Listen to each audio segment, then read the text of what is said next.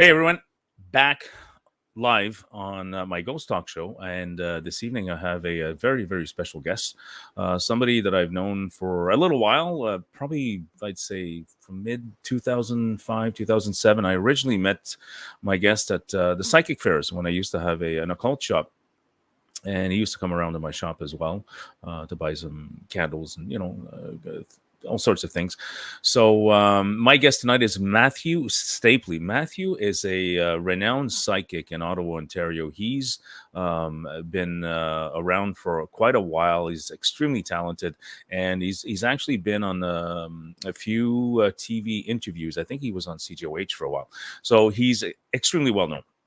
So I'm going to have him on this evening. We're going to talk about the subject of psychics and mediums in paranormal investigations again. I had talked about this with Jose and Longchamp about the whole. It's controversial. A lot of people don't want to use psychics and mediums during paranormal investigations. Some groups do, some groups don't. I guess it's a matter of preference. I'm kind of 50-50 on it, but I spoke with Matthew a little while back before the show, and he had a couple of really good points on how we should use psychics and mediums during paranormal investigations. So I introduce to you right now Matthew Stapley. Hey. Hey, how are Hey, you? not too bad. You. Okay, Not so bad. we did the, I introduce you here, Matthew. So, tell me a little bit more about yourself and what's your background as far as being a psychic and so on. Like how this all start for you? Sure. Well, I like long walks on the beach. Just kidding. Um, This is not a dating service, Matthew. I know. Gotta get it where I can. Yeah, yeah, So basically, it started at a really young age for me. I was around 8 years old when I had my first psychic experience that I remember. My mom and my dad, and other people had said that it kind of started before that. But when I was 8, my dad was traveling in Thailand for business, and he called to say hi to me and my mom and my brother. And I remember getting on the phone with him and saying, I could see these what are those teeth beside you on the table? And he said, those are elephant tusks. And, how did you know that they okay. were there? So it just kind of kept going and going and going. Yeah, yeah. Okay, okay. So, and then what made you decide? Like, when did you notice that you had these abilities, and when did you decide to actually pursue those abilities and actually start doing like readings and what you do presently do? Sure. So I would say like I decided to work on doing readings around I would say 16, 17 years old. When I was a little younger than that, I got a deck of tarot cards, and they kind of sat at the bottom of my closet for a long time, for years. Yeah. And then I was getting ready to go to school one day, and this voice came and said, "Bring the tarot cards. You're going to do a reading." And I thought, that's weird. So, I dug them out of the closet, and I grabbed the deck, and I thought, okay, there's a million tarot cards here. I don't know how I'm going to learn all of these like before I have to use them at lunchtime or something.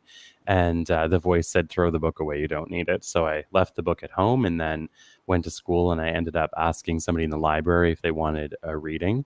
And I, shuffled the cards and did everything I saw people do on TV. And then, laid Yeah. the cards out and things, and the cards just started jumping out at me. So at Hmm. that point, I was like, all right, I think something's happening. And then the person that I was reading for was confirming all the things that I was telling them. And it just really kept going. And I started seeing aura colors around people and things like that. So it was something that I think when it took off very quickly. And then transitioning from that into having it be a career path, I would say was just around 18 years old, and I was at a French class in someone's house. It was like a private kind of tutored group, Yeah, yeah. and it was the first class, and I ended up telling people I could, see auras, and there was somebody in the class that wanted me to do that for them, so I did. And I remember she started crying, and it was this very intense experience, and I felt really bad for making her cry. But when she left, it was all positive stuff. But when she left, Yeah. the person whose house we were at said, "Oh my God, like please come and do that for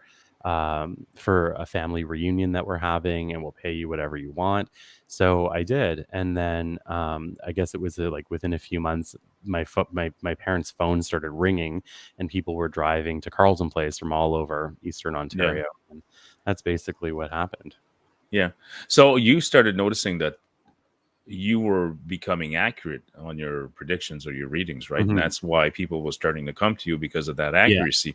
And I yeah, think that's one of the main things with psychics and mediums. Is some people kind of say, psychics and mediums can get information off the internet, oh, for sure. but your stuff, it was information that just comes in, right? And there's Yeah, certain things that psychics and mediums just can't know about yeah. somebody's personal life, right? And this Oh, is what you were getting. yeah, exactly. Like for me, so when we're looking at psychic information, obviously it's supposed to be specific. It's supposed to, have as much detail as a psychic can get. And that's called evidential information. When somebody brings through information about either someone who's passed away or even what somebody's going through, like in their day-to-day life, it's got to be specific enough that it would apply to that person at that time. And yeah, that was, I guess, what people liked about me, and that I'm a stickler for a specific process.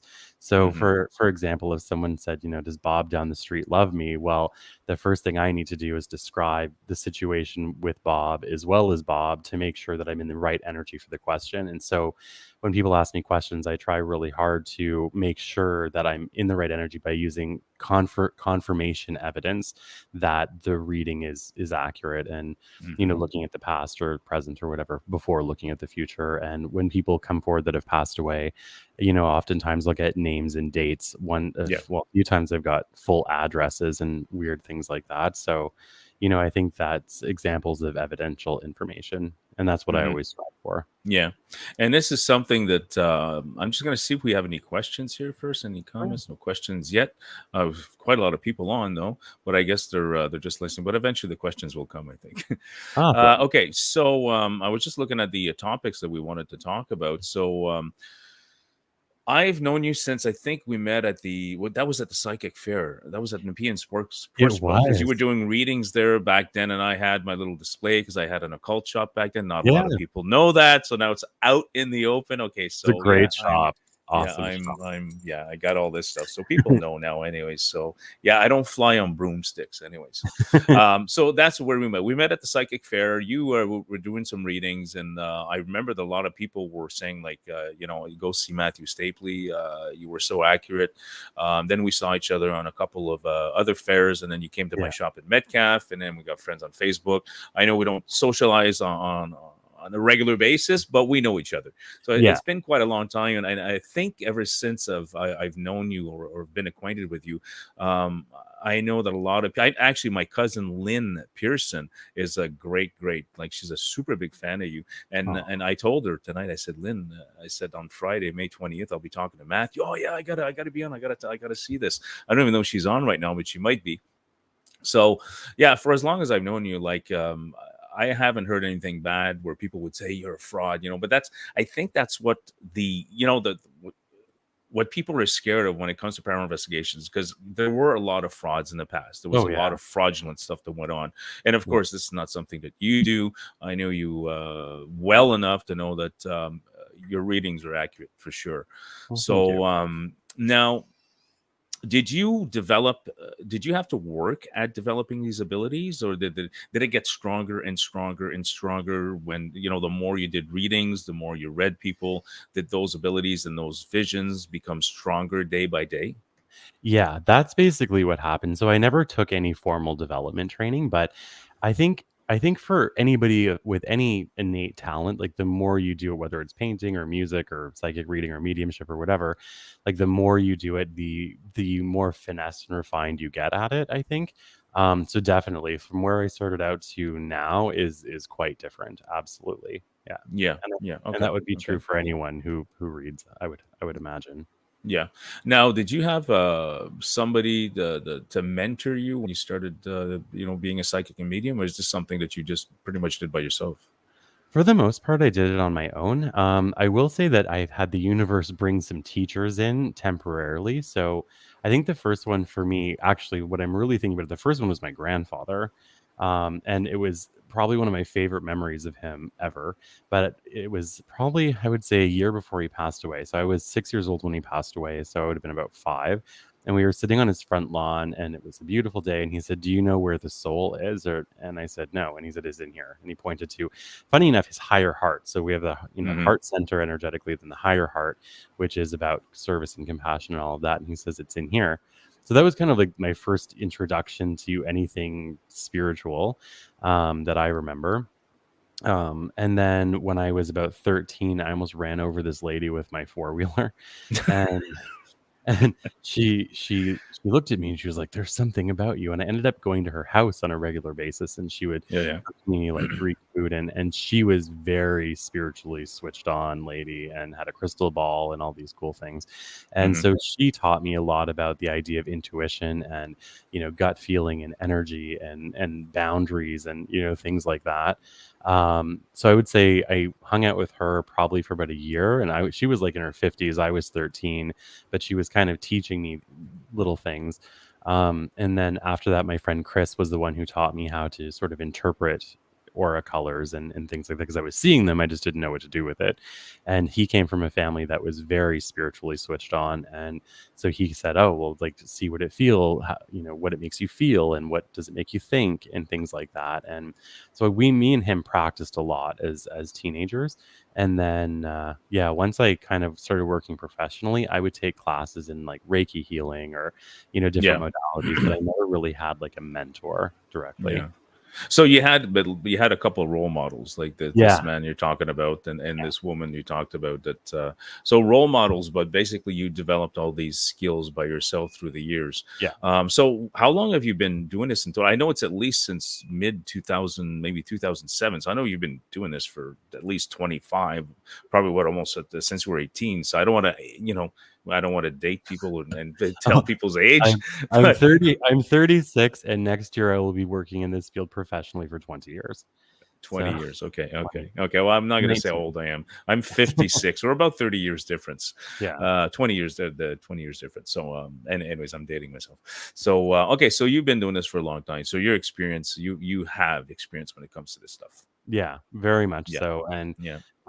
in a few different disciplines, obviously mediumship, psychic reading, prediction, remote viewing, the paranormal. I'm also an interfaith minister, so that I studied spiritualist ministry for 5 years and was ordained. So I've kind of done like a little bit of everything Yeah. in this realm for In sure. this realm.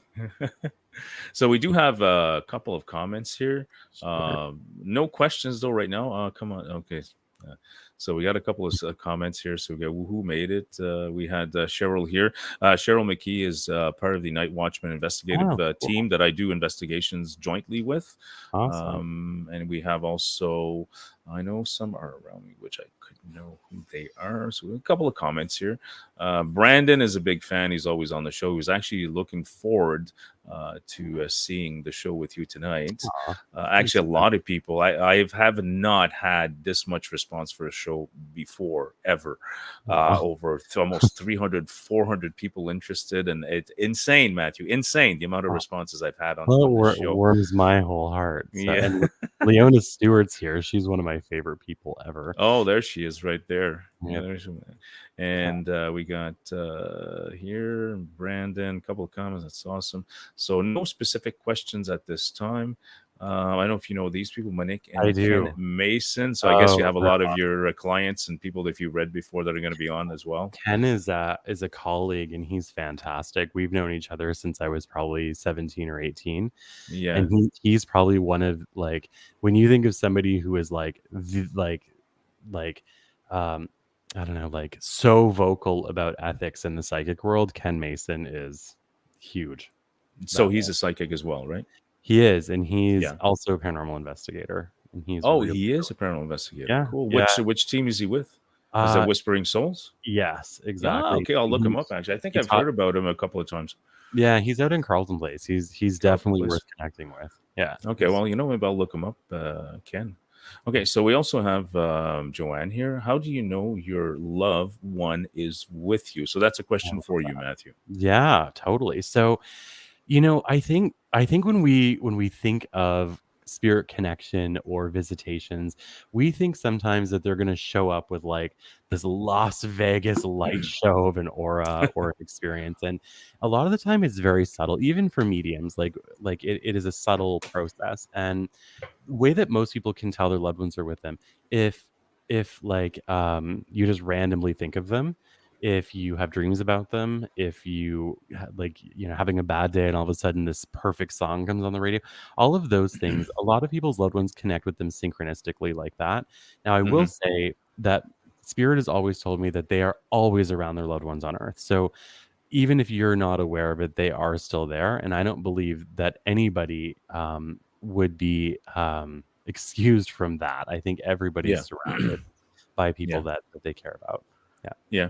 It's kind of weird you say that. I mean, we talked about having your intuition and when you feel things. And I remember once I had like a very bad night.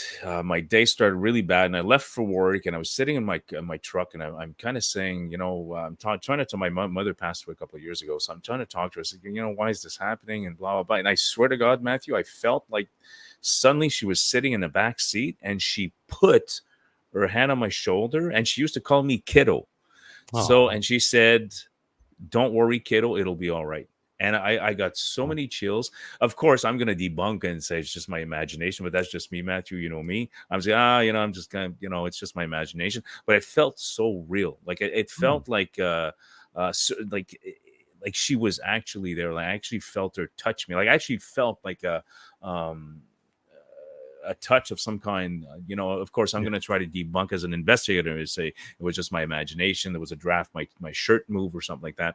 But I know what you mean. It's when in those times of trouble, that's when your loved ones are going to kind of show themselves a little bit Yeah. to you, anyways. Yeah. And I think one of the big issues with trying to debunk a paranormal experience is there will always be a scientific explanation, always. And it doesn't invalidate that the scientific explanation is real, but just because we can explain something scientifically doesn't mean that it didn't also happen spiritually. So if we look at science as maybe the how things happen and the Hmm. universe or spirit or God or whatever as the why things happen, I Hmm. don't ever believe that they're in conflict with each other. I think that the more that science uncovers and the more that people understand like things like physics and the inner Yeah. workings of our reality, I think they're just discovering how it worked. But the fact that the wind blew at the moment and it made your shirt feel a certain way when you were having a thought of your mother and imagining or whatever, hearing this encouragement or support from her, all of those lining up at the same time, even though each individual thing can be explained through psychology, through physics, through Yeah. weather, all of that, the fact that it all happened at the same time and exactly when you needed it to, Yeah. that's the miraculous part, not the fact Hmm. that it happened. And I think there will always be an explanation, but the timing of when it happens, I think, is the really cool part of a lot of people's visitations. Yeah. So there's a possibility that science and that spiritual side can combine. And do you Totally. think that maybe that what we're doing wrong is we're separating them, making I them like think two so. different entities, Yeah, and we're not finding that middle point where the totally. science behind paranormal investigations and the spirituality behind Mm. it as well can blend? Yeah. Is that the problem? We're just kind of keeping them separate, and that's why we can never meet in the middle somewhere. Well, I think that the issue is deciding that for something to be miraculous, let's say we'll use the term miracle because those are usually the things that people try to debunk as well. Just because, in order for something to be miraculous, science believes it has to have zero scientific explanation for it. I don't think that's true. I think that for something to be miraculous, it has to have an impact, right? And Yeah. so just because science can explain it, if the impact is so powerful and profound on the person or the people that it's happening to, then I think that's a beautiful merger of science and spirituality. Science can tell us how the universe made it happen, Yeah. and spirituality can tell us maybe why. But I think the issue is that because the afterlife, psychic ability, mediumship ability, big crazy things happening, they're not scientifically verifiable events. And I can speak specifically for mediumship. The reason it can't be scientifically verified, even though a million people have tried to debunk it or support it, even, is that in order for a scientific experiment to work, it has to be a repeatable experience, Yeah, and there has that's to true. be constant variables, right? Things that don't change. And when it comes to doing readings and spirit communication, there are no constant variables.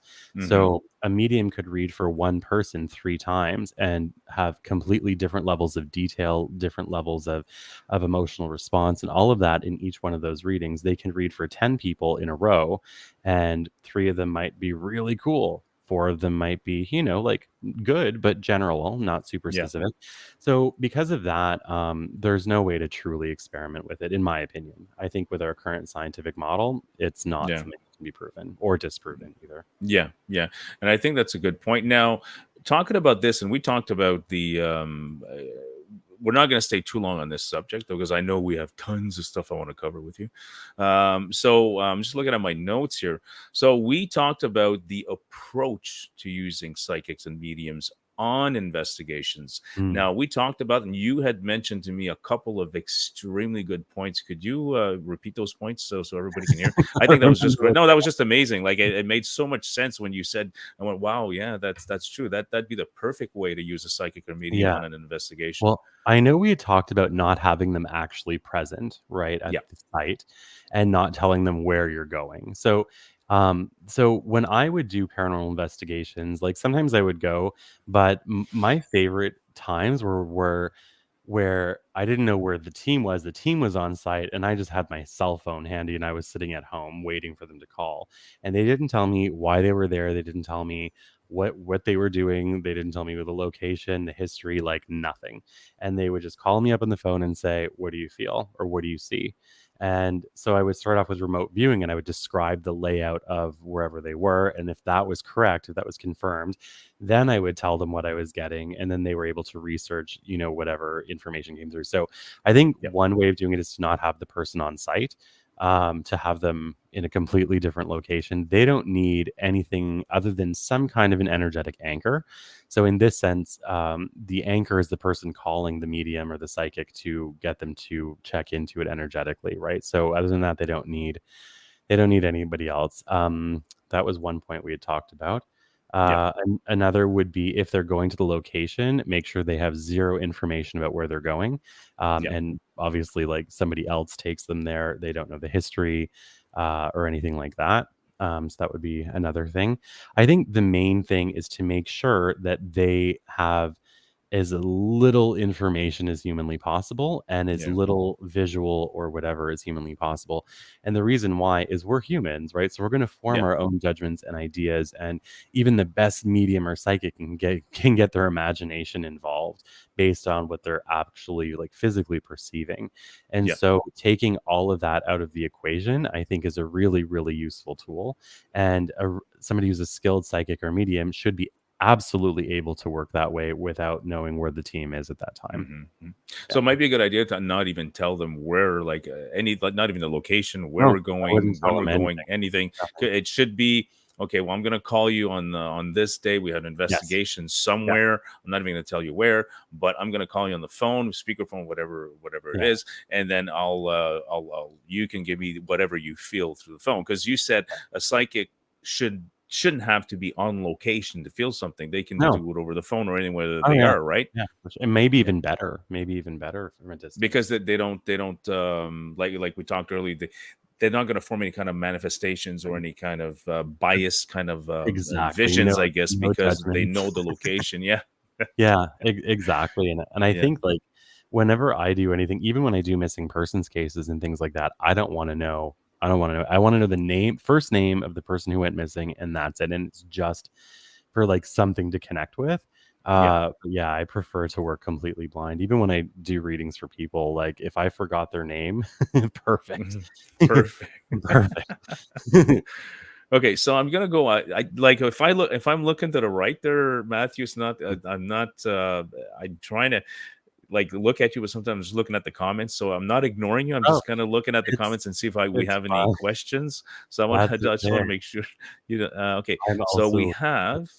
Leona here. Why is it you get so tired after doing a read? Actually, there's a couple of Jesus, a lot of. I can't even keep up with this, Matthew. This is just hold on. Okay, so we had a comment by Marlene. Marlene actually watches the show a lot. She was actually excited. She's a psychic as well, I think. So here's a question by Fiona's: can a spirit of a loved one come as someone else? Like reincarnation, maybe she's asking Maybe about. yeah, maybe Fiona, if you could specify that to Yeah, Matthew, maybe you can answer your question. yeah, I'd Okay, be so happy. we have here Sharon Lalone, went through a hard time, death both of Oh, parents with months of each other. As always helped me heal. So yeah, I mean, I think psychics and mediums can help people, right? They can help people get through some tough times, and would you consider would that be maybe a psychic medium would be kind of like along the lines of I can't even say psychiatrist, but because you'd have to take I guess a degree in psychiatry, but in a way you have to understand people enough to say okay to know what kind of emotional stuff they're going through, right? So I think it depends. So being like a psychic or a medium is just an innate ability. But what psychics and mediums do with that ability is up to them. So for me, like I'm a psychic, a medium, a minister, and somebody who facilitates healing for people. So for me, then people would come to me, and I would try to help them work through their stuff, whether it be grief or life path stuff or whatever they're struggling with. But we're not therapists.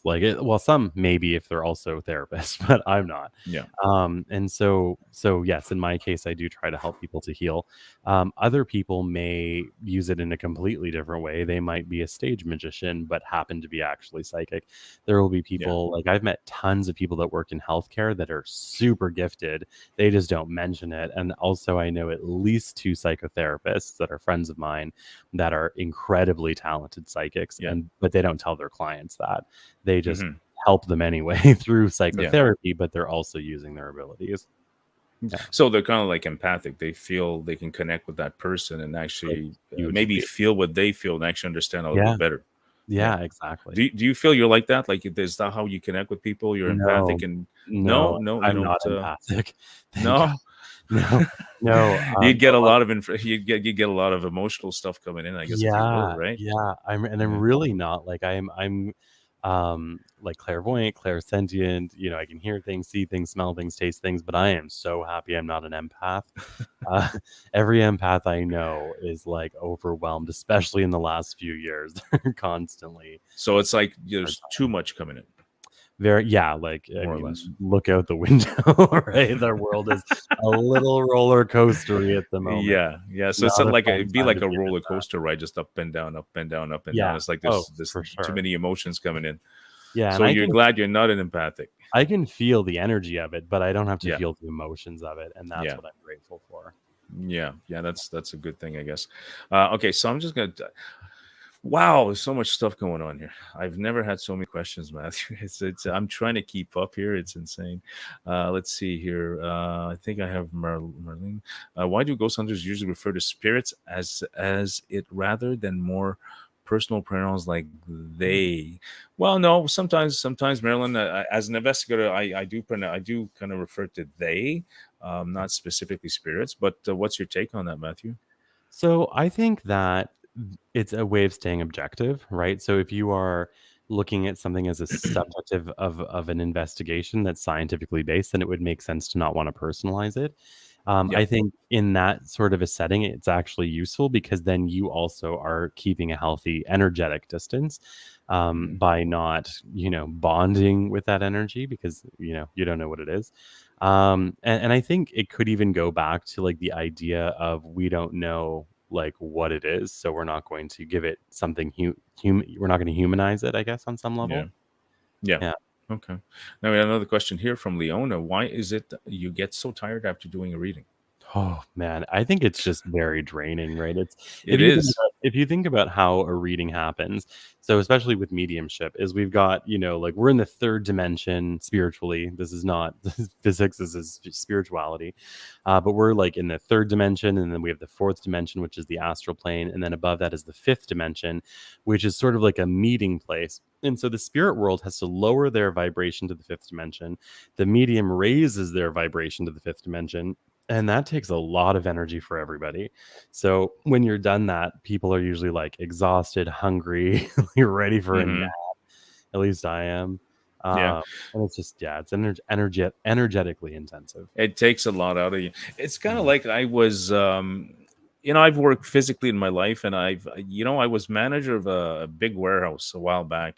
I had 145,000. I know it's totally off subject, but this is talking about how working with your mind can actually drain you so much more Yeah. than physically. Oh, yeah. So anyways, I had this big warehouse to manage. I had 30 employees. I had 4 departments. I used to come home, and I didn't really do a lot of physical work, but I used to come home so drained emotionally and mentally that I was more tired of doing that than if I would have went in my woods cutting down Yeah. trees all day. So I can understand, if you're a psychic and medium, how this, especially when you're doing readings with people, how this would just drain you completely. Like, it would just drain your energy. Oh, it really can. It really can. Yeah. Yeah. I'm always tired after I do readings or like a live or anything Hmm. like that. I'm like ready for bed. You're ready for bed. Okay, so I just want to mention to people that are commenting here that I will try to get to everybody's questions, but I just can't keep up at this point.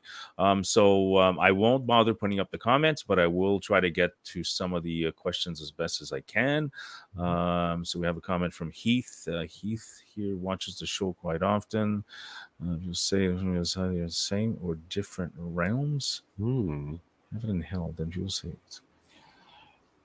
Oh, the other side. So when people mention the other side, does that mean heaven or hell? Yeah, I think that's a good Yeah. question. So, from at least I mean, I've never been there, but I I hope can, not. I I can haven't answer. been there either. Yeah.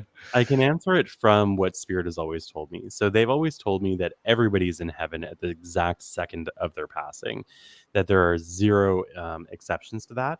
They've also told me that there is no hell that humans go to, that there is Mm, lower vibrational realms, yeah. but that we don't go there for any reason. And they've also told me that everything is forgiven at the moment of somebody's passing, Hmm. because they've said that they have an elevated perspective when someone passes away, and they can see all of the reasons why people do what they do on earth. And they don't carry like pain or malice or anger or resentment over to the other side.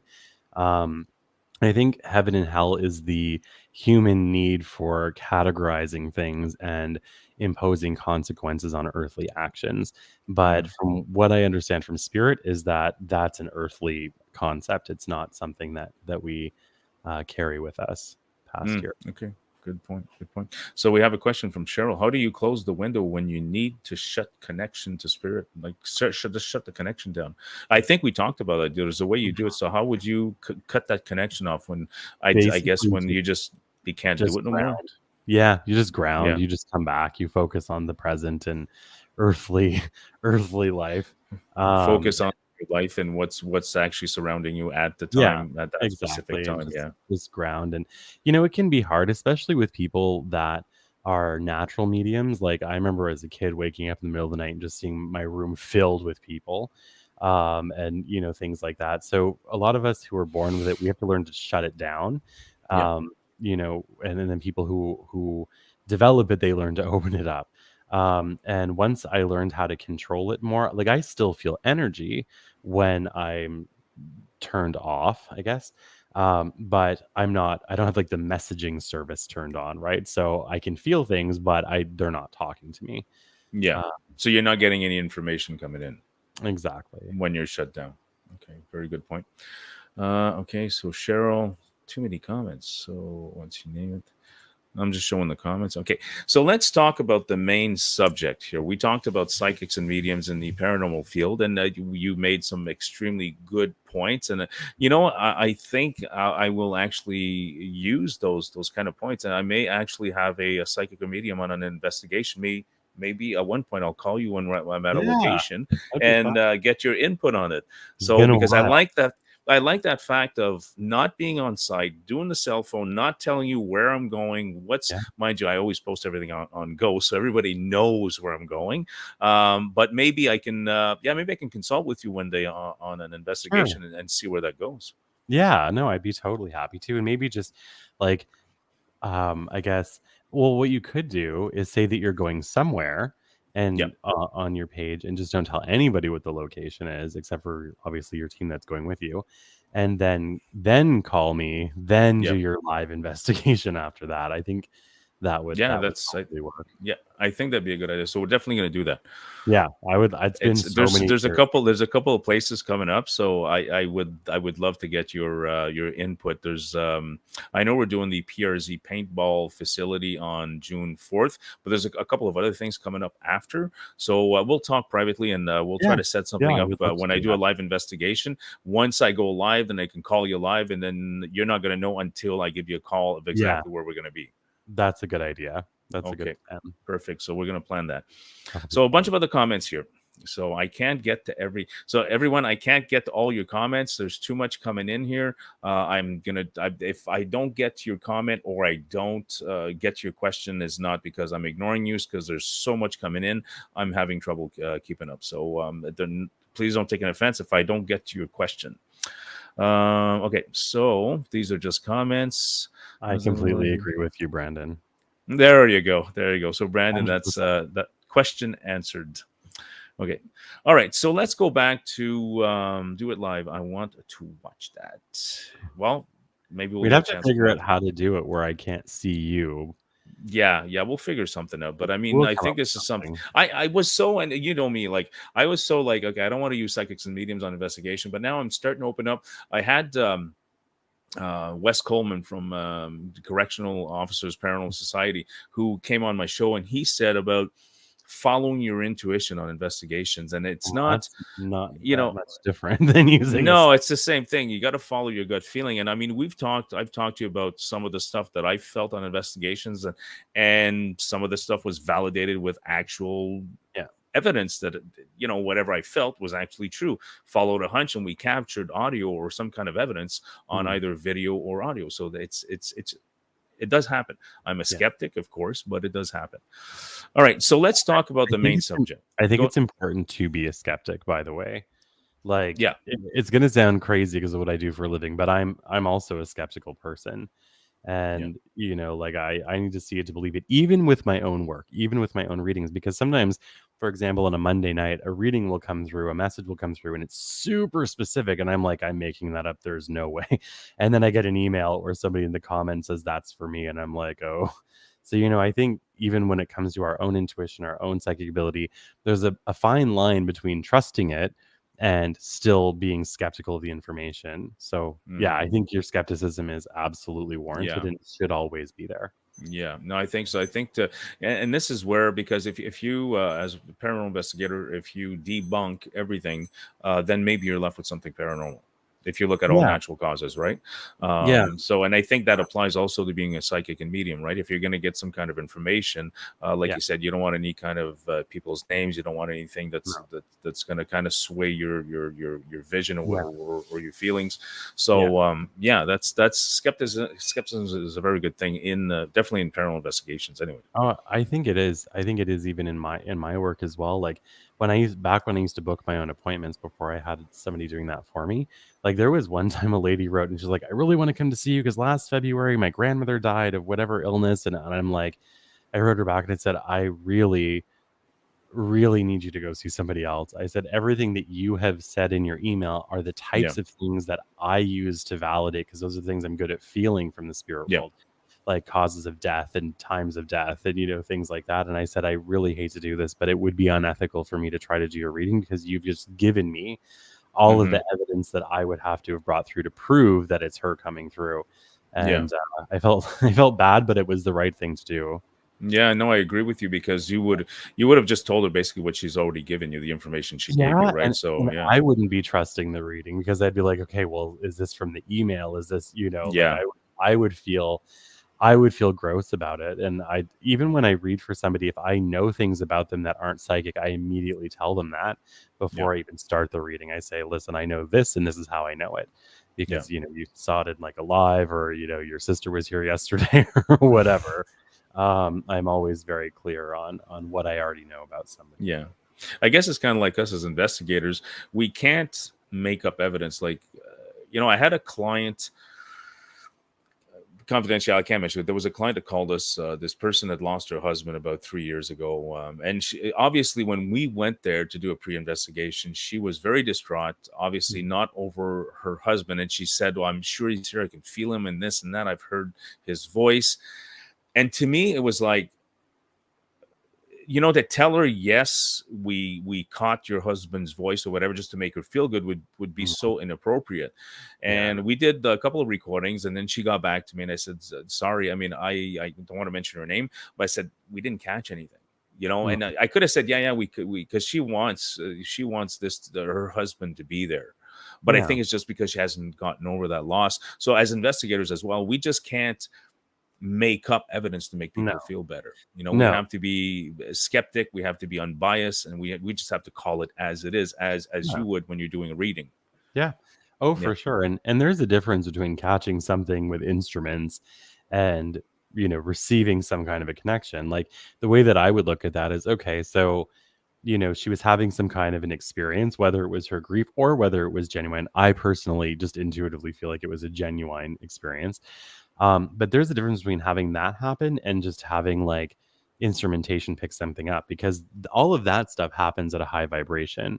Instrumentation can only catch a certain range of activity, and if she had heightened intuition or heightened vibration that is higher than what that instrumentation can pick up, then there's no reason for her husband's spirit to come as low as that instrumentation, as low as what those instruments can perceive, right? And so, Hmm.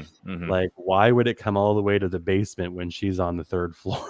Yeah, So, very true. Yeah. I think there's a lot of limitations to trying to capture something like that. Is it possible? I believe it's completely possible, but Yeah. there has to be a reason for the spirits to show up, really. Yeah, yeah, yeah. But I got the feeling that maybe would she just we're still kind of pending right now to do the investigation. I said, "Oh, we can still do a full investigation to find out Mm. what's going on." But I told her at this point we haven't caught anything, but if we can try again. So, anyways, it's still pending for us. But What it what I was a would good point. Go what ahead. I would consider doing in that, because so the other side of that is, unless she's actively feeling him in that moment that you are there doing taking your measurements, then the chances of getting something is really even extra slim. So if you had some way of setting her up with, I don't know, like a PKE meter or just something that she can just hold on to and Yeah, videotape when she's feeling him.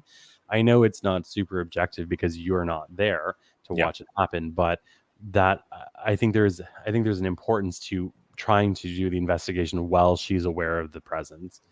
Um, yeah. sure. Well, maybe we'll try that. Maybe I'll we could probably bring her maybe a basic recorder and say, Yeah. if you feel your husband is present or your husband's spirit is present, just press this button and see if you can Yeah. capture something. We Yeah. can try. I mean, I really do want to help this woman out because I know she's very distraught. Like Mm, when we were there, she cried the whole time, mm, very emotional, and even Lawrence said, if she wants to, call me on the phone, I can chit chat with her. Although I kind mm. of discourage my investigators from getting emotionally involved with their Yeah, clients, of try to keep course. that Yeah. separation. But I do feel terrible for this woman. Like she Well, that's obviously hard. has not gotten over the death of her husband. They were very close, married for over 40 years. So I can understand how she's feeling, and I Yeah. really do want to help her. So I okay. think I think telling her that, just like proving she isn't crazy Yeah, isn't necessarily the useful part of that. I think if she really feels him there, I believe he's there. yeah, And, I think just having her understand that there's a difference between proving something yeah, scientifically and objectively and then having an experience that is super meaningful but not provable. Like the lack of being able to catch it on some kind of a meter should not take away from the healing that can be present with it. yeah, yeah. Like I would never tell her that. I would tell her no, we didn't capture any evidence, but I Yeah. would never tell her that it's your imagination. You Yeah, said of you're not course. over your husband's death. I would never say Yeah. that. The only thing I will say is like call it as it is and say, listen, I'm Yeah. sorry, but we haven't caught anything. It doesn't mean that he's not here. It Yeah. just means we haven't captured it. That's all it means. Exactly. Yeah. Yeah. No, totally. I like Yeah. that approach that you guys take. Yeah, that's exactly what we do with clients like that. So we don't try to tell them what's there and what's not there. We just tell them whether we captured something or not. Yeah. I think you that's know. awesome. Okay, so we're gonna go to our main subject, which was All the right. afterlife. Now, there's a reason why I investigate, because I want to find out.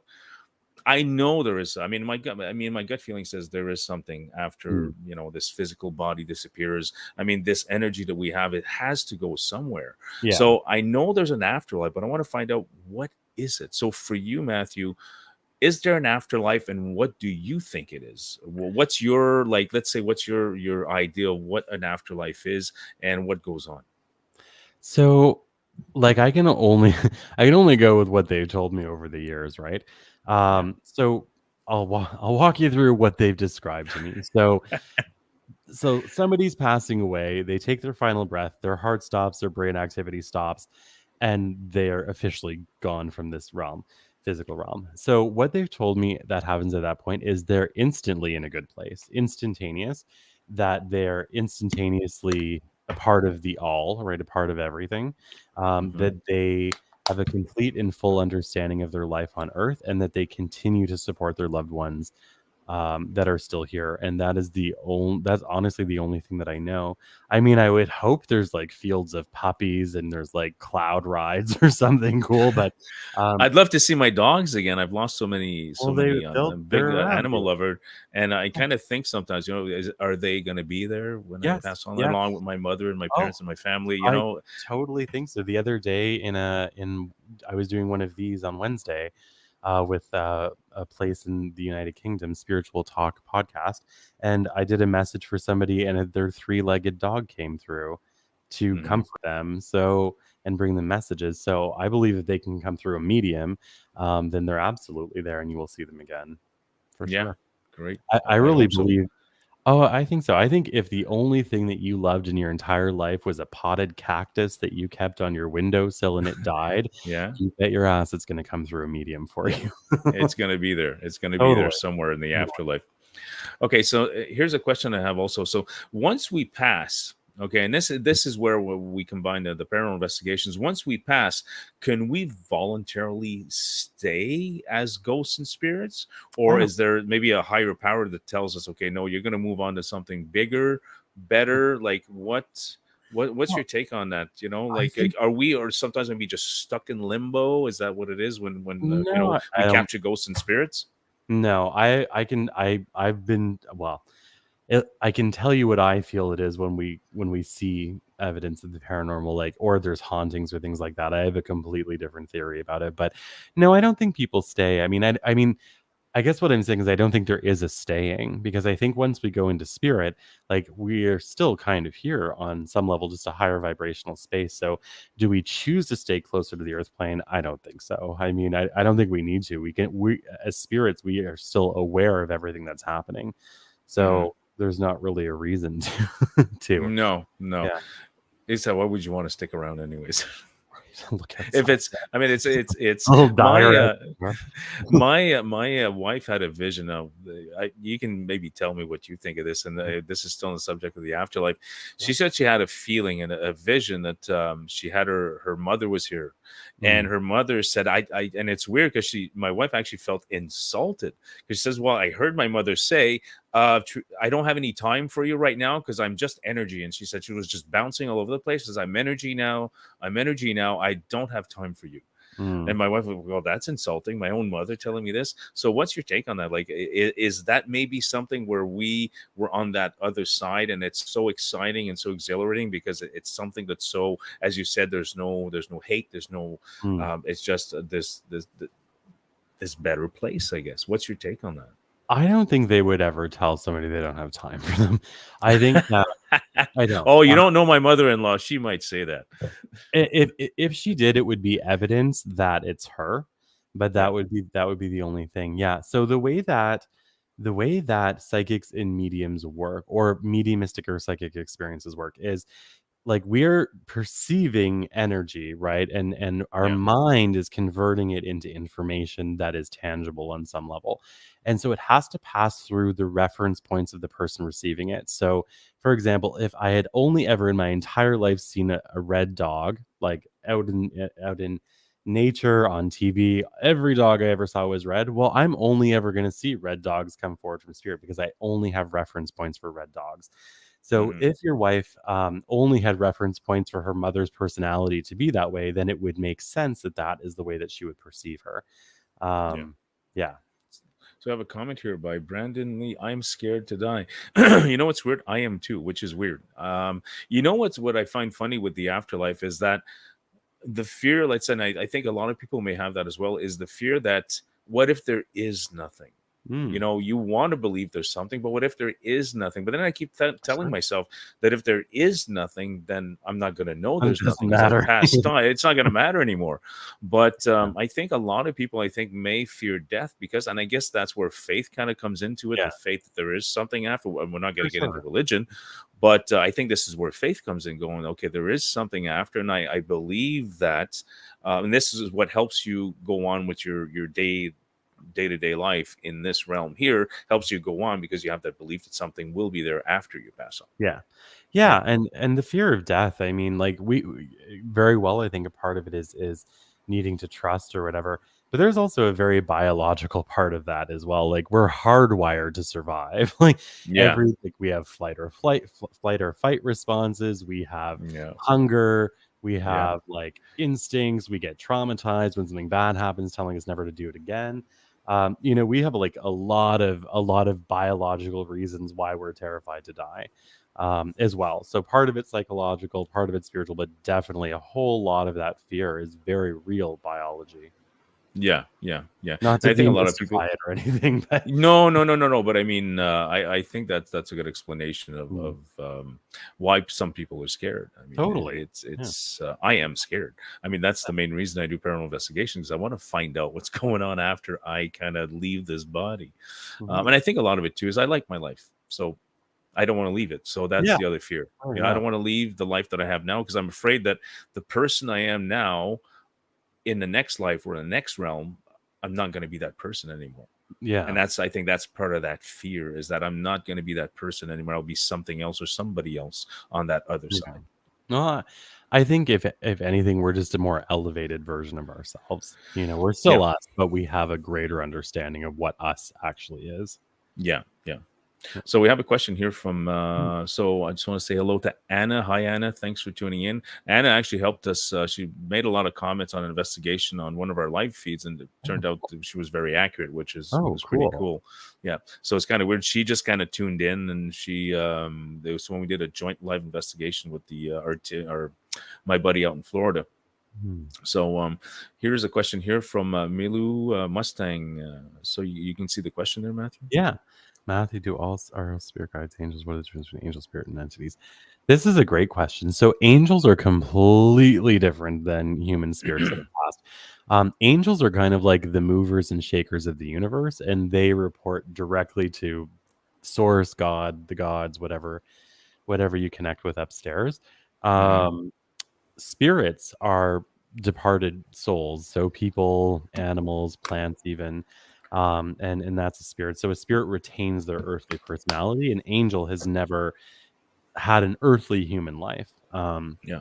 They can come to earth, they can manifest to help people quickly, but they don't have an actual earthly life. And angels don't have free will, whereas spirits have free will. And Hmm.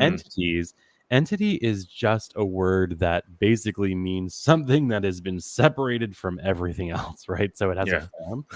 But in the sense of paranormal investigations and spirituality, an entity is a sentient being of some other dimension, right?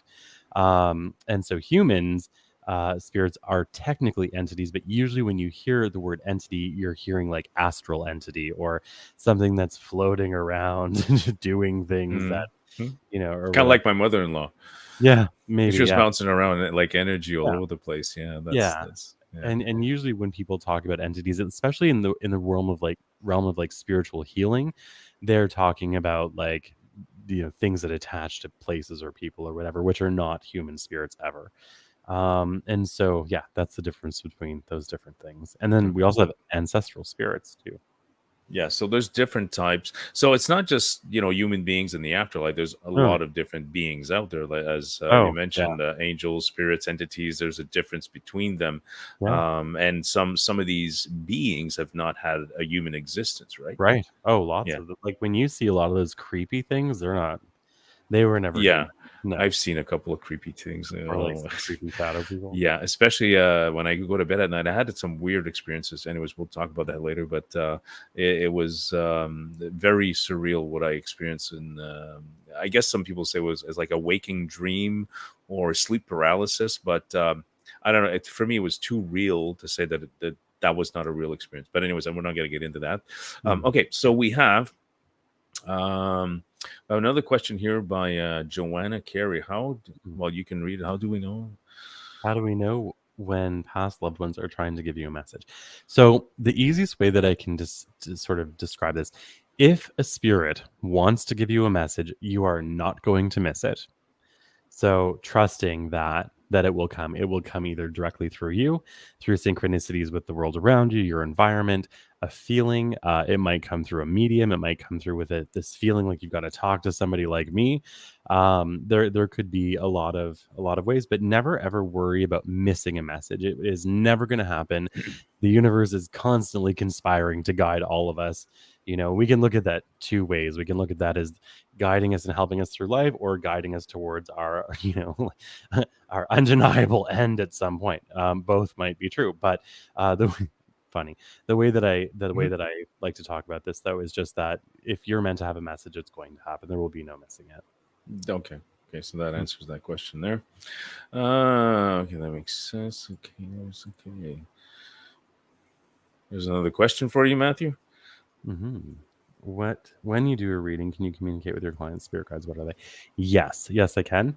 Spirit guides are like human spirits that we are not related to. They're different than our loved ones, and their job is to guide us through our life, to help us to understand our lessons and to sort of assimilate the things that happen to us. Yeah. Good point. Good point. Okay.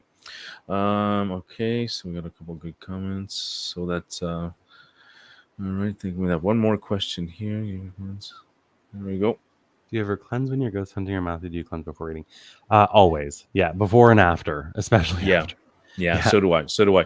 I tend to try to close. Like I said, I get feelings when I'm on investigation, but I tend to try to close myself off a bit. And if I feel that maybe I felt something at an investigation, I feel like I don't want to bring something home. Yeah, I'll eat. I'll do a smudging because I'm part Native American. I'll do something to kind of get rid of the stuff Yeah.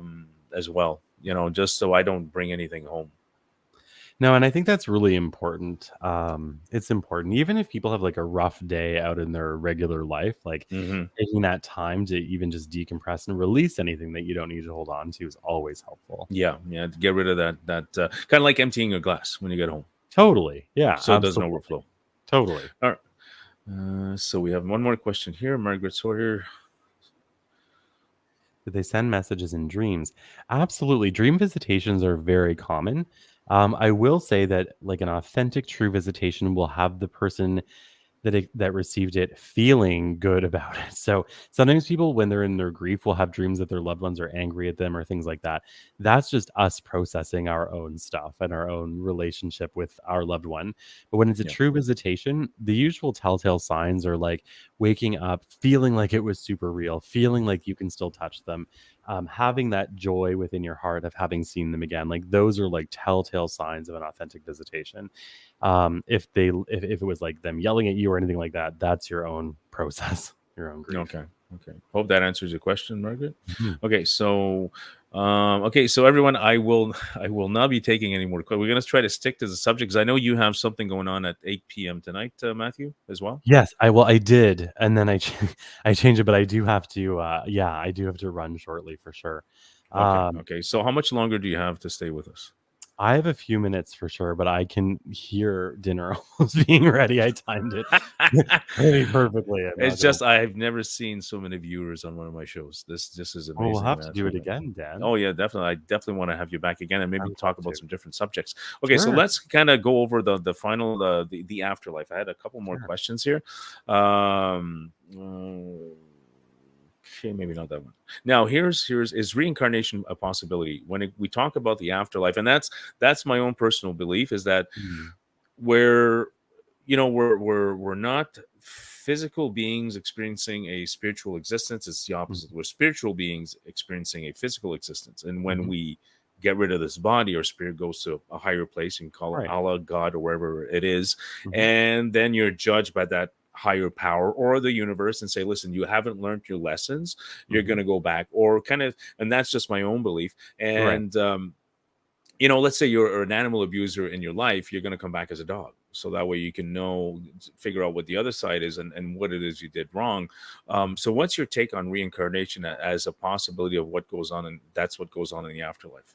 Yeah, I do think that reincarnation is real just because there's been so many accounts of it. How it works, I have no idea, Dan. I have no clue where to even I start. don't think any of us know. It's No, hard no. because you have to go to that side to figure out what's going on, but then you don't get a chance to come back.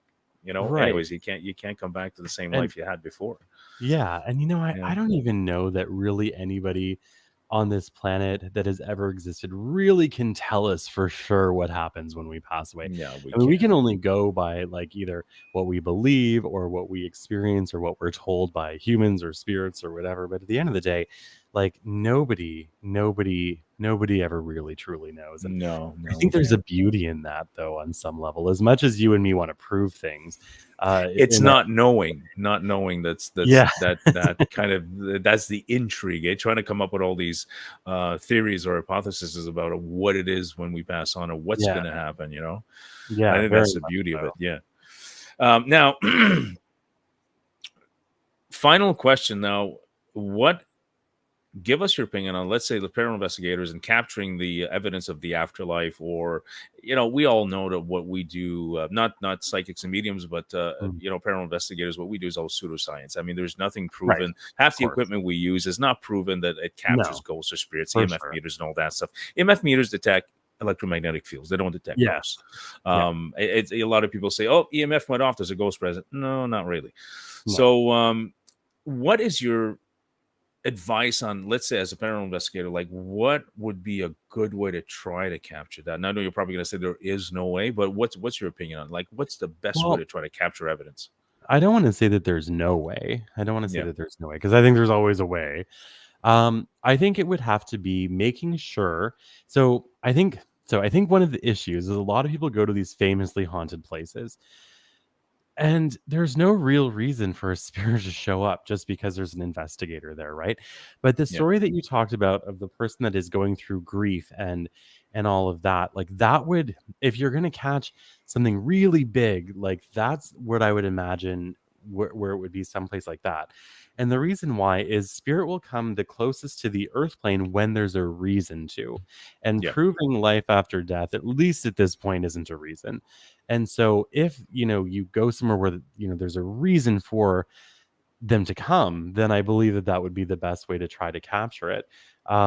Bringing a medium just because we naturally allow things to manifest, even if they didn't read anything and they Yeah. just sat there meditating, there would be a decent chance, more of a chance that something could come up.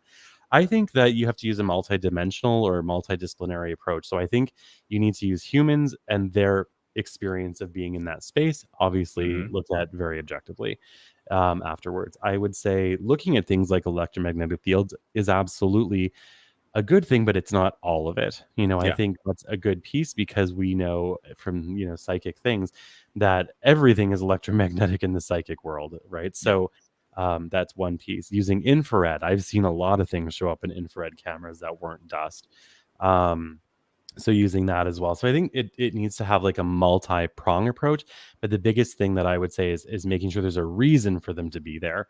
And I'm not like talking about putting a cigar on the table. I'm talking about, like actually being there Yeah. present for something. So maybe bringing a medium to a place where, there's like a family that has lost somebody and the medium does a reading and the team comes as an observer Yeah. would probably be more likely to capture evidence than just going to like some jail or something like that. Yeah, yeah. So I see what you mean. It's like not taking the psychic or medium with you to your investigation, but going to what the Yes, psychic medium is doing and trying to capture exactly. evidence Yeah. of that to Yeah. prove evidential evidence or evidence Mhm. that you mentioned. That's probably the more concrete thing Yeah. to And prove. So monitoring the environment of what's happening, like monitoring the yeah. environment, you know.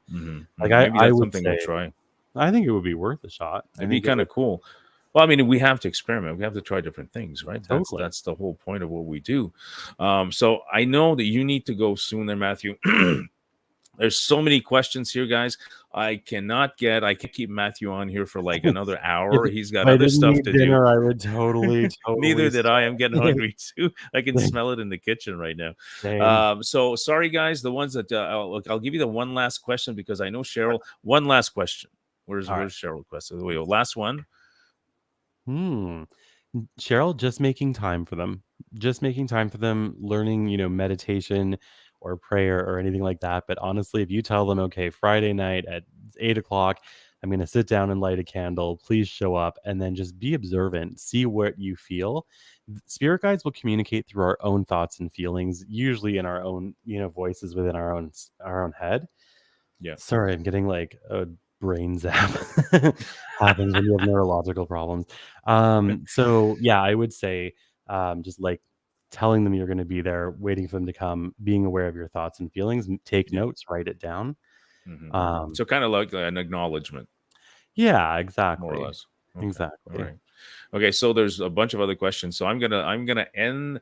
We need to do this again, Matthew, because obviously Sure, there's so many people that I'd want love to. now. Everybody, if you want to check Matthew, I will be posting Matthew's contact info on our page. If you want to get a hold of Matthew personally or on a more personal basis, you can get a reading from Matthew. You can contact him on his Facebook page, also his email address. I will post all his contact information, and then you can ask him all the questions you want because right now I just don't have the time to cover all this stuff. There's like a bunch of questions here, but I can't even get to them. So I'm going to let you have your supper now. All right, Thank you thanks for so having me much. on. No, thank you so much Thank you. for being here, Matthew, then and My taking the time pleasure. to talk to me tonight. I think this was an amazing show, and I really appreciate you coming on. And I hope we can do it again.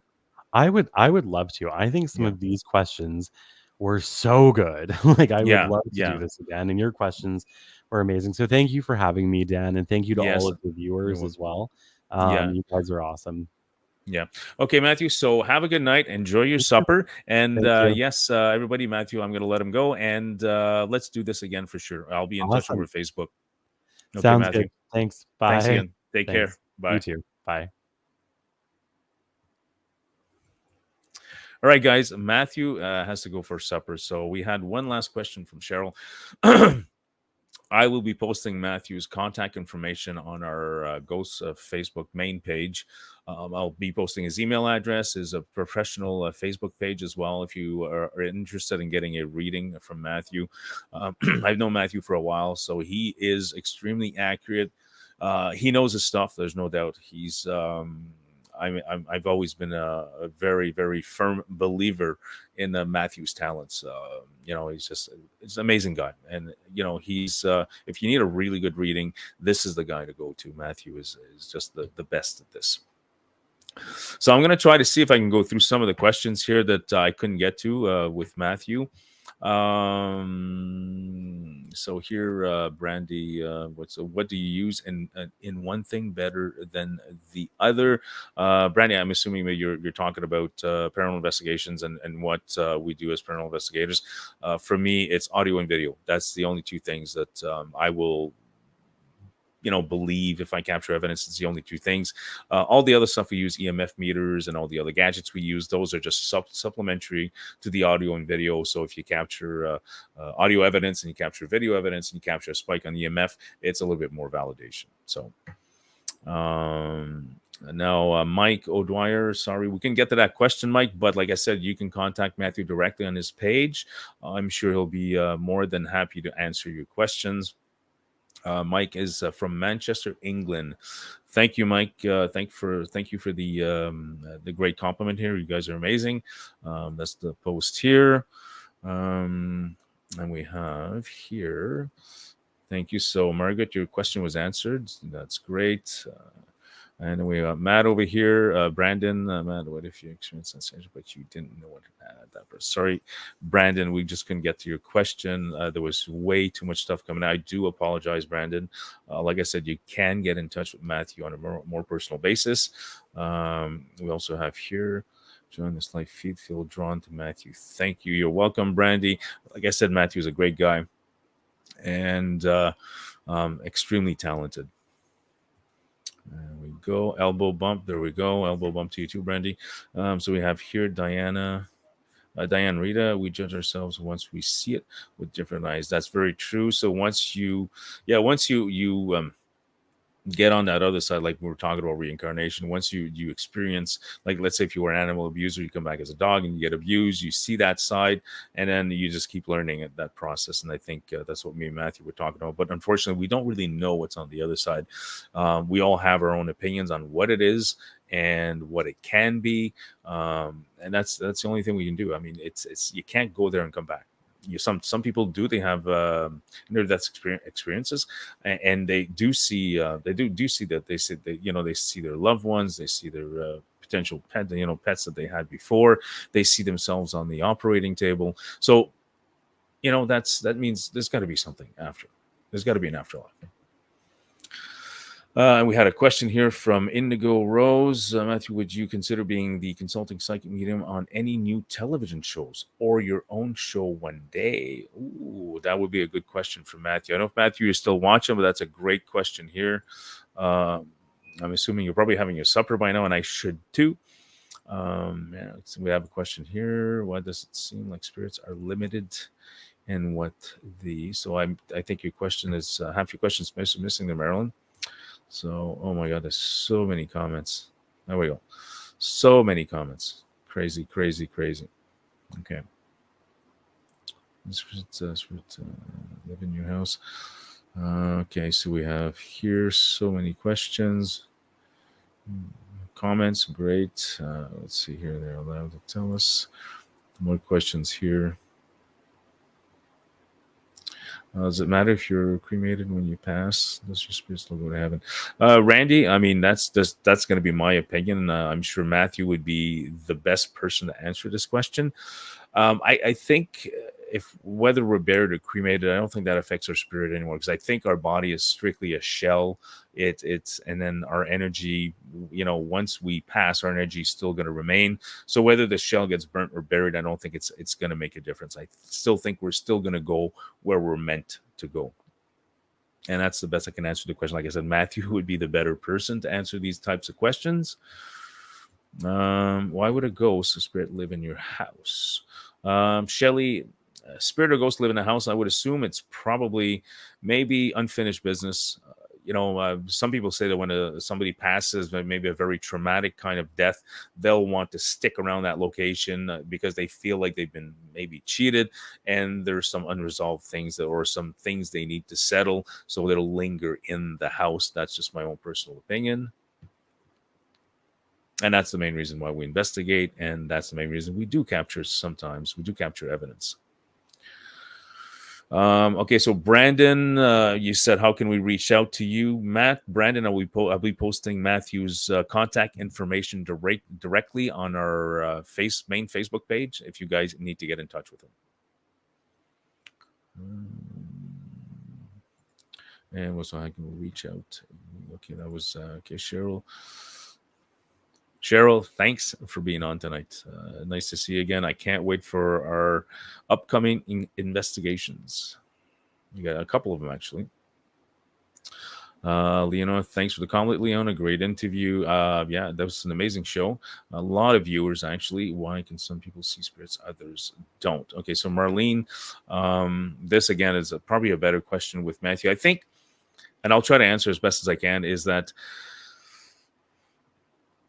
I think as we grow, we are conditioned to say, it's just your imagination. Forget about this. You're not, there's no monster under your bed. There's nothing going on in your closet. Or sometimes as parents, we condition our children that way to not believe in this kind of stuff. And sometimes people later on in life may try to redevelop those kind of feelings, intuitions, and just kind of and I think that's why some people see and some people don't. Whether it has to do with any kind of specific physiology, that I can't tell you. I know that some people do. Some people can't see anything at all. I know my wife is not psychic at all, but I do have intuition myself sometimes, which I clue in on stuff at investigations. But I think a lot of it has to do with how we're conditioned as children to not believe, and eventually some people just stay that way and they don't see anything. But later on in life, as adults, some people actually decide they want to develop it and pursue it, and then they see stuff a little bit more than others. I hope that answers your question, Marlene. Whispering Souls by here's Psychic Ken. Thank you, Ken, for the compliment. I didn't. Matthew said you're a paranormal investigator, so maybe I'll try to find you on Facebook and maybe we can connect. I do joint investigations with the Night Watchman. I did one with my buddy Larry in Florida with the Florida Bureau of Paranormal Investigations. So I do joint investigations with other teams. So I'll try to touch base with you on Facebook, Ken. So great job. There we go. Can we listen to this later? Margaret, to answer your question, yes, this is going to be viewable on my main Ghost page and also on my YouTube channel. I will post those links later on in case you guys want to review this or view this interview again with Matthew. Cheryl, thanks again for the compliment. Thanks for being with us tonight, Cheryl. Hope to see you soon. Brandy, thanks so much, guys. Brandy, you're welcome. I hope I did well with Matthew. Like I said, Matthew is just again, I can't say it too well. He's just so talented. You're welcome, Marilyn. Thank you both. Oh my God, there's more questions. Great show. Thanks, Dan. There we go. I'm just going through the comments here. So we have thank you both. You're welcome, Marilyn. Yes, Lisa, this will be available for replay on our main Facebook page and my YouTube channel. I'll be posting the links later on this evening on our Facebook page. Go find you on Facebook. Yes, Matthew's on Facebook, and also we are on Facebook as well. Our page is at Ghost Canada on Facebook if you'd like to get a hold of us and also see the links to Matthew's pages. Thanks again, Marilyn. Great show. Oh my goodness. Go. Thank you. Comment. Where's your page? My page, Joanne, is at Ghost Canada on Facebook, and you'll be able to see Matthew's contact info there as well.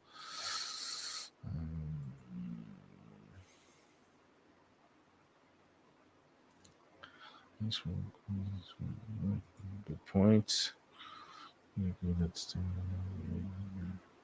Yeah, that's true. That's what I believe, Brandy. I think whether we're buried or burned, it's not going to make a difference. I think our shell is gone and our spirit will move on to something else, or our energy will move on to wherever it's supposed to go, whether it's our shell is burnt or buried. I don't think it makes a difference. Personally, I prefer to be burnt. I don't want to be eaten by worms. Not that's going to make a difference when I pass on, but that's just my own personal preference. I'd rather be burnt and cast to the wind type thing, I guess you could say. Cheryl, looking forward. Yes, investigations coming up. New viewer will be back for sure. Joanne, thanks so much for joining us. There's tons of other shows coming up, ghost talk shows coming up with some really unique guests as well coming up in the very near future. Last on your live watch to replay. Live, we'll watch a replay. Thank you, Sylvia. Please watch it. It will be posted live on the actual replay will be posted on Facebook and YouTube. I mentioned that a couple of times. Just found out you live, which I think you makes sense. Thank you. All right, so we got found you thought Matthew is amazing. He is amazing. Matthew is amazing. How can we do an investigation? Diane, how can we do an investigation? Now, I don't know if I know that with the Night Watchman, we will be holding a public investigation, which I have not, or they are holding a public investigation coming up on June 18th. I've not posted that on our page yet. Not sure where you're located, Diane, but this is going to be in Smith Falls, Ontario. Details will be again on my Ghost main page of that public investigation. If you're close to Smith Falls, this is something you might be able to attend. I know it's very limited to how many people we can bring there, but you'll be able to ask questions on our main page. There's other public investigations that we do as well, so you might be able to join in on a specific investigation.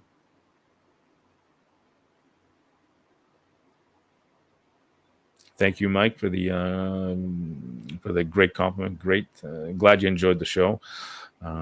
Let's see. I do a lot of great talk. Shelly, thanks so much, Shelly. Denise, you are welcome. Brandon, fantastic show. Then thanks for the compliment, Brandon. Enjoy having you as a viewer every time. Diana, Toronto. Well, Diana would be a little far, Smith Falls, but I mean, like I said, we travel around. So if you just keep checking our Facebook page, and if we ever have a public investigation in the Toronto area, you would be able to join on a investigation. Aside from that, most of our investigations are confidential and strictly for members of our team and the teams that we cooperate with. There we go. Very interesting. So, okay, Teresa, thank you for the compliment. Very interesting show. Okay, guys, I'm going to sign off. I have not had supper yet. I am starving. It is Friday night, and I got a couple of good movies I want to watch this evening. So, thank you so much to all those who actually tuned into tonight's show. I do apologize if I did not get to your question. It's not that I chose to ignore you. It's just there was way too much stuff coming in. Again, like I said, Matthew is extremely popular, and too much stuff coming in. So, I do apologize if I did not get your question or to your comment. As always here, thanks, Brandon. Margaret, is there a link to the page? Yes, Margaret, I will be posting the links to. Actually, I can probably post a link to our page right now. Hold on, I'll get that for you guys immediately here. Our page. There we go. Okay. Here, copy. Okay, I'll be posting this in the comments here if you guys want to see. There we go. There you go. So these are Facebook and YouTube channel pages. If you want to, actually, I will post our YouTube channel as well here. Let me get that for you. Okay, there we go. I think it's already there, but I'll copy there and I'll post. Hold on. Okay, so I just posted the Facebook page, and I will post the YouTube channel here. Okay, so this is our main Facebook page and also our YouTube channel here. The main Facebook page is where you'll see all of Matthew's contact information if you'd like to consult with him on a more personal basis. There we go. Okay, so perfect. So I hope I got through most of the comments and the questions. Okay, guys, so I'm going to leave you for tonight. Thanks so much again for joining me and Matthew for this chat this evening on Ghost Talks. I will have Matthew on again. There is so much I need to ask him. I may consult with him on a more personal basis as well for my own kind of things. And hopefully I can consult with him on an investigation at one point, either via phone or maybe live. But I know Matthew chooses to do it remotely somewhere else, so that way he doesn't get too much information. This is something we're going to look at with Matthew on a possible investigation in the future. All right, so no more comments. Okay, guys, thanks again. Hold on, I'm going to get my video ready ahead of time because I always kind of hesitate with this. Where am I? Right here. There we go. All right, guys. Thanks again for tuning in. My next show is going to be, I don't have a date for it yet, but the next show is going to be, I don't have a guest. It's not going to be a specific guest, but I'm going to walk you through all the great evidence that we've captured through the years. There's a lot of stuff that I have not posted. So I will be live with you guys, and I'll be posting videos, audio, and videos of evidence that we've captured. And you guys can comment on it. Let me know what you think about the evidence that we've captured, and scrutinize it if you want, if you'd like. And that's going to be one of my next upcoming show, probably the next one, which will probably be in a couple of weeks.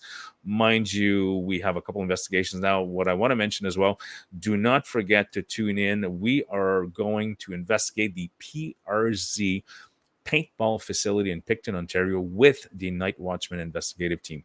Now, we are planning to go live at this location. Unfortunately, reception is not the greatest there, but I'm kind of trying to figure out this new setup where we can get a better reception. We will try to go live, but we are investigating the PRZ paintball facility in Picton, Ontario on Saturday, June 4th. Now, a little bit of history on this location. This location used to be a military base back in the 60s. It turned into maybe not an asylum, but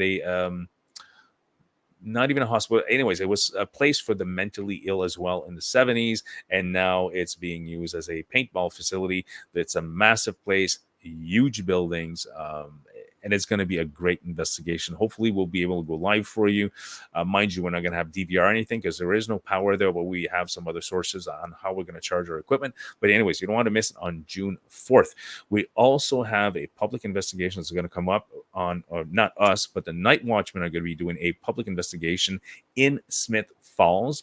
And we will be there as well to help them out on this public investigation. We will be going live with the public at this location. So all these details about these investigations coming up are going to be posted on my Facebook page. All right. 2 more comments over here.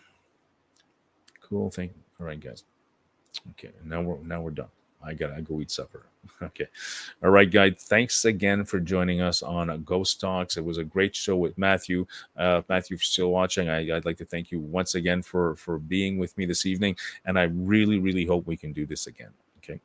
All right, guys. You guys take care. I'll be posting all the information on my Facebook page for Matthew, as well as the upcoming investigations. Guys, have a good night. Have a good long weekend, and we'll see you soon. Lights out.